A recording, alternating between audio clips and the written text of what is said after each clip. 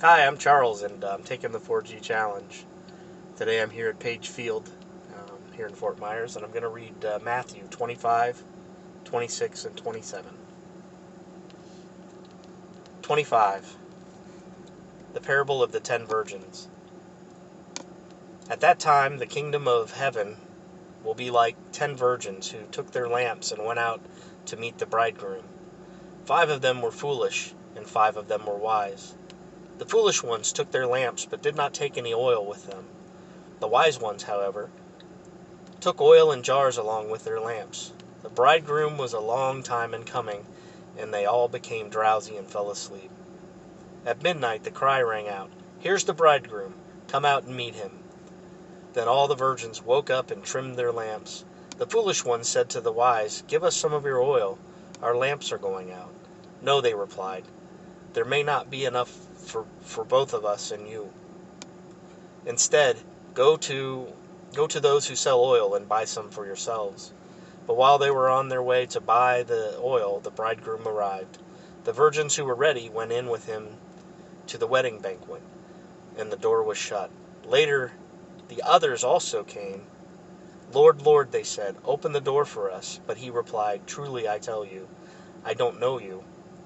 Therefore keep watch, because you do not know the day or the hour." The parable of the bags of gold. Again, it will be like a man going on a journey who called his servants and entrusted his wealth to them. To one he gave 5 bags of gold, to another 2 bags, and to another 1 bag, each according to his ability.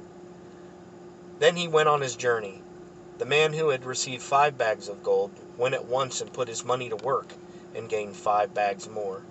Also the one with 2 bags of gold gained 2 more. But the man who had received 1 bag went off, dug a hole in the ground, and hid his master's money. After a long time the master of those servants returned and settled accounts with them. The man who had received 5 bags of gold brought the other 5. "Master," he said, "you entrusted me with 5 bags of gold. See, I have gained 5 more." His master replied, "Well done, good and faithful servant. You have been faithful with a few things. I will put you in charge of many things. Come and share your master's happiness." The man with 2 bags of gold also came. "Master," he said, "you entrusted me with 2 bags of gold. See, I have gained 2 more." His master replied, "Well done, good and faithful servant. You have been faithful with few things. I will put you in charge of many things. Come and share your master's happiness."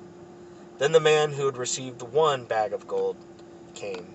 "Master," he said, "I knew that you are a hard man, harvesting where you have not sown and gathering where you have not scattered seed. So I was afraid and went out and hid your gold in the ground. See, here is what belongs to you." His master replied, "You wicked, lazy servant. So you knew that I harvested where I have not sown and gathered where I have not scattered seed. Well, then you should have put my money on a deposit with the bankers, so that when I returned, I would have received it back with interest. So take the bag of gold from him and give it to the one who has 10 bags. For whoever will be given more, and they will have abundance. Whoever does not have, even what they have will be taken from them.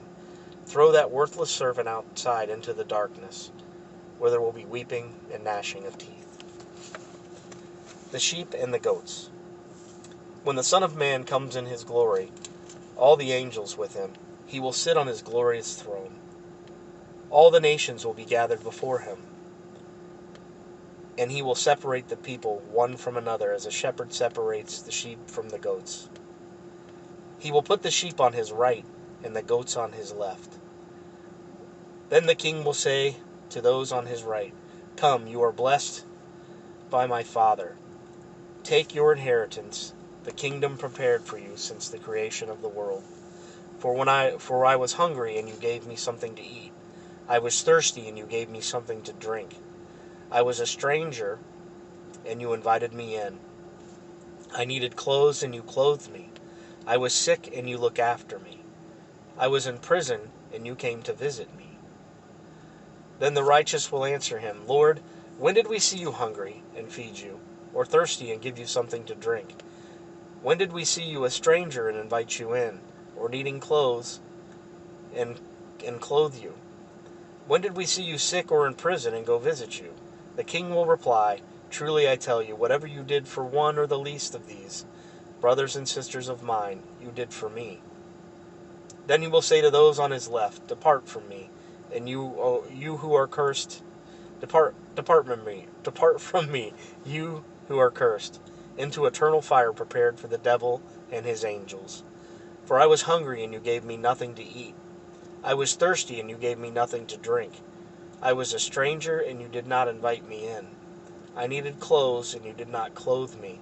I was sick and in prison, and you did not look after me. They will also answer, Lord, when did we see you hungry or thirsty, or a stranger, or needing clothes, or sick or in prison, and did not help you?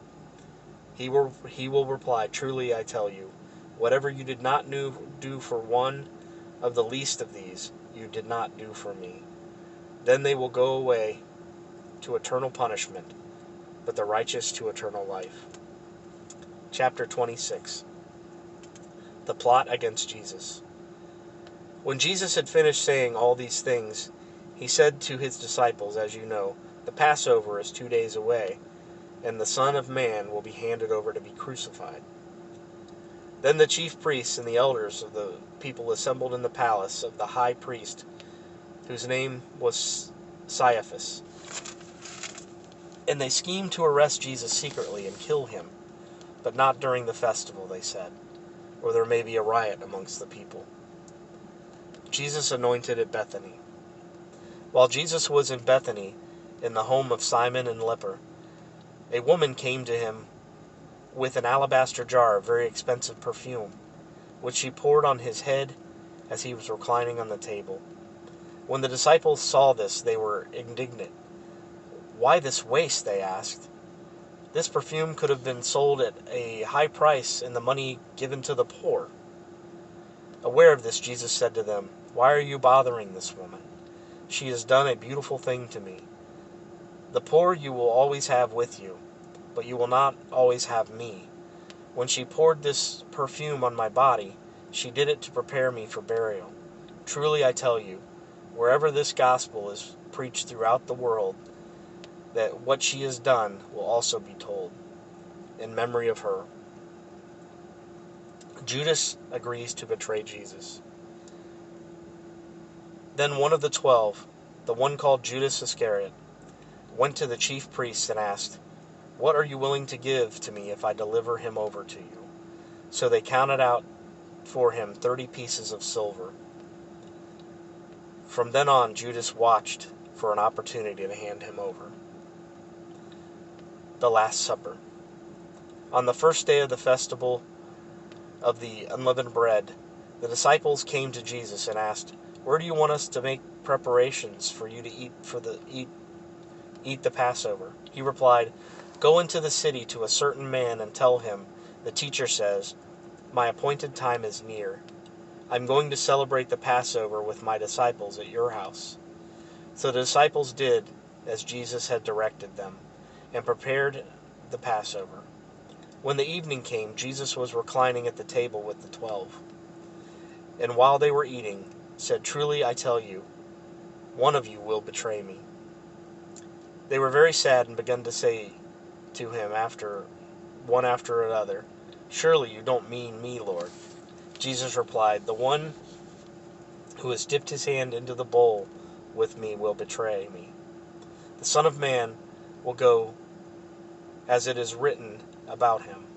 Woe to that man who betrays the Son of Man. It would be better for him to had not been born. Then Judas, the one who would betray him, said, Surely you don't mean me, Rabbi. Jesus answered, You have said so. While they were eating, Jesus took bread, and when they had given thanks, he broke it and gave it to his disciples, saying,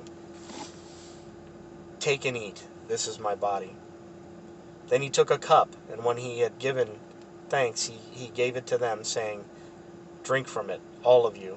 This is my blood of the covenant, which is poured out for many for the forgiveness of sins. I tell you, I will not drink from this fruit of the vine from now until the day when I drink it new with you in my Father's kingdom." When they had sung a hymn, they went out to the Mount of Olives. Jesus predicts Peter's denial. Jesus told them, "This very night you will all fall away on account for me, for it is written, I will strike the shepherd, and the sheep of the flock will be scattered. But after I have risen, I will go ahead of you to Galilee." Peter replied, "Even if I fall away on account of you, I never will." "Truly I tell you," Jesus answered, "this very night, before the rooster crows, you will disown me 3 times." Peter declared, "Even if I have to die with you, I will never disown you." And all the other disciples said the same. Gethsemane. When Jesus went with his disciple to a place called Gethsemane, and said to them, "Sit here while I go over there and pray," he took Peter and the 2 sons of Zebedee along with him, and began to be sorrowful and troubled. Then he said to them, "My soul is overwhelmed with sorrow to the point of death. Stay here and keep watch with me." Going a little farther, he fell with his face to the ground and prayed, "My Father, if it is possible, may this cup be taken from me, yet not as I will, but as you will." Then he returned to his disciples and found them sleeping. "Couldn't you men keep watch with me for 1 hour?" he asked Peter. "Watch and pray so that you will not fall into temptation. The spirit is willing, but the flesh is weak." He went away a second time and prayed, "My Father, if it is not possible for this cup to be taken away unless I drink it, may your will be done." When he came back, he again found them sleeping, because their eyes were heavy. So he left them and went away once more and prayed a 3rd time, saying the same thing. When he returned to the disciples and said to them, "Are you still sleeping and resting? Look, the hour has come, and the Son of Man is delivered into the hands of the sinners.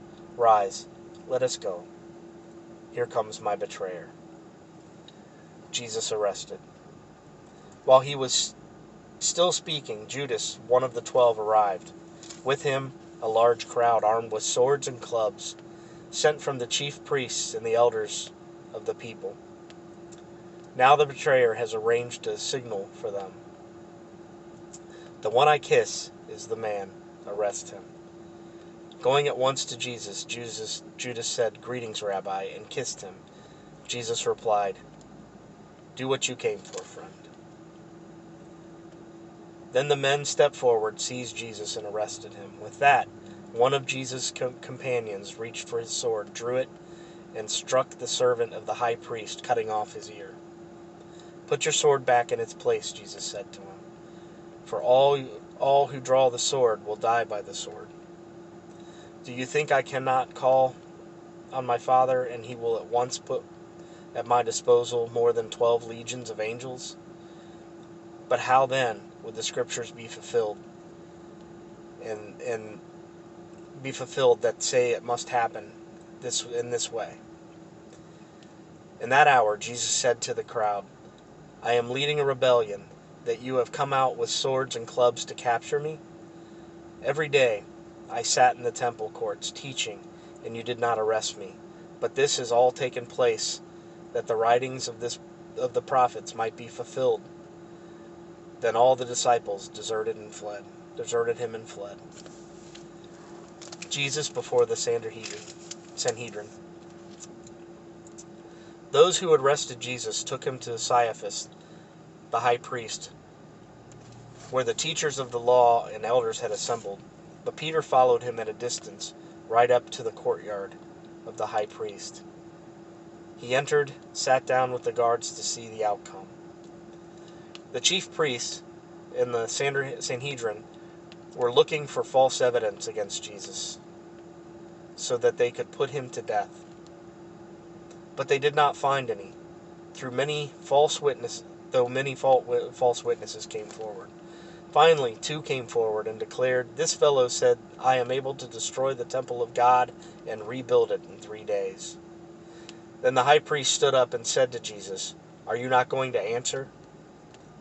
What is this testimony that these men are bringing against you?" But Jesus remained silent. The high priest said to him, I charge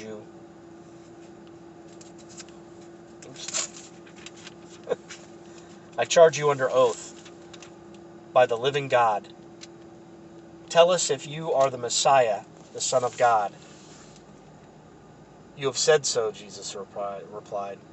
But I say to all of you, from now on you will see the Son of Man sitting at the right hand of the Mighty One and coming on the clouds from heaven.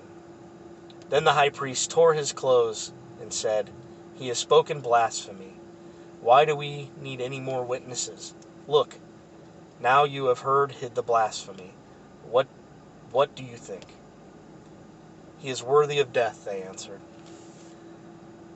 They then spit on his face and struck him with their fists. Others slapped him and said, Prophesy to us, Messiah, who hit you?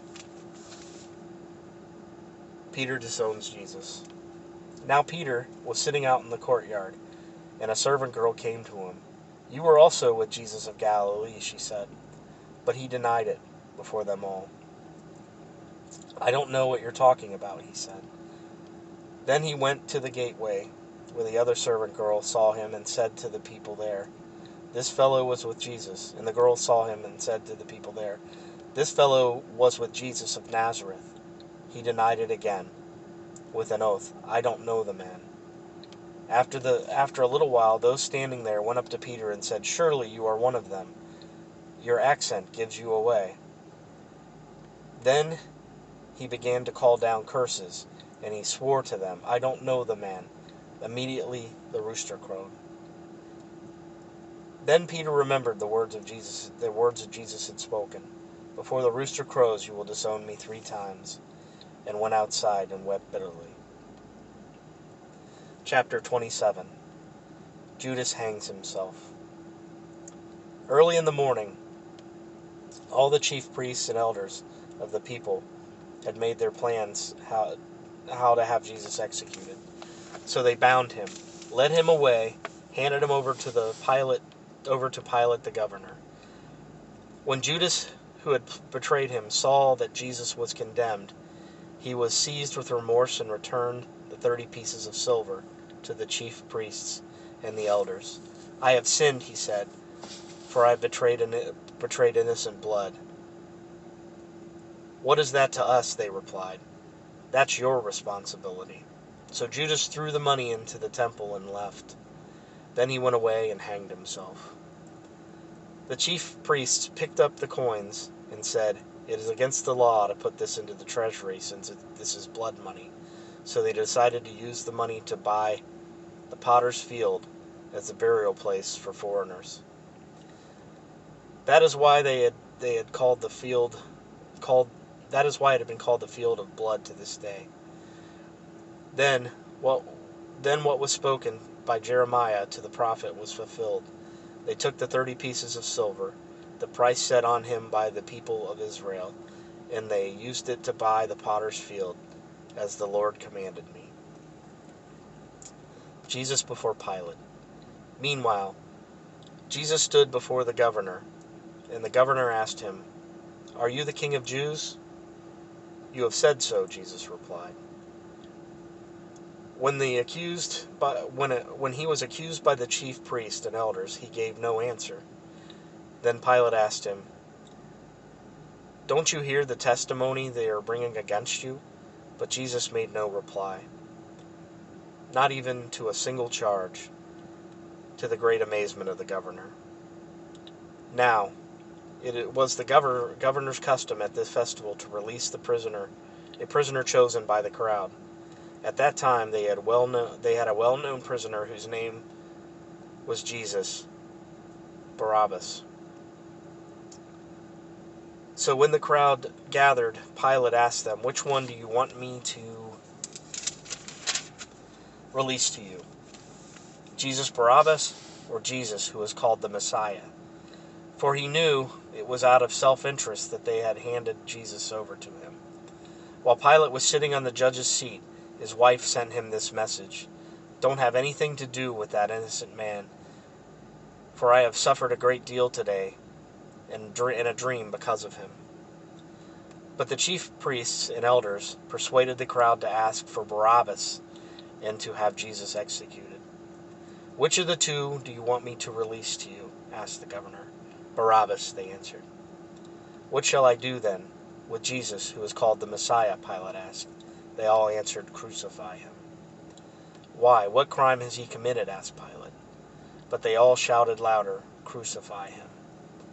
When Pilate saw that he was getting nowhere, but instead an uproar was starting, he took water and washed his hands in front of the crowd. "I am innocent of this man's blood," he said. "It is your responsibility." All the people answered, "His blood is on us and on our children." Then he released Barabbas to them, but he had Jesus flogged and handed him over to be crucified. The soldiers mocked Jesus. The governor's soldiers took Jesus into the praetorium and gathered the whole company of soldiers around him. They stripped him and put a scarlet robe on him, and then twisted a crown of thorns, and set it on his head. They put a staff in his right hand. Then they knelt in front of him and mocked him. "Hail, King of the Jews," they said. They spit on him and took the staff and struck him on the head again and again. After they had mocked him, they took off the robe and put his own clothes on him, and they led him away to crucify him. The crucifixion of Jesus. As they were going out, they met a man from Cyrene named Simon, and they forced him to carry the cross. They came to a place called Golgotha, which means the place of the skull. They offered Jesus wine to drink mixed with gall, but after tasting it, he refused to drink it.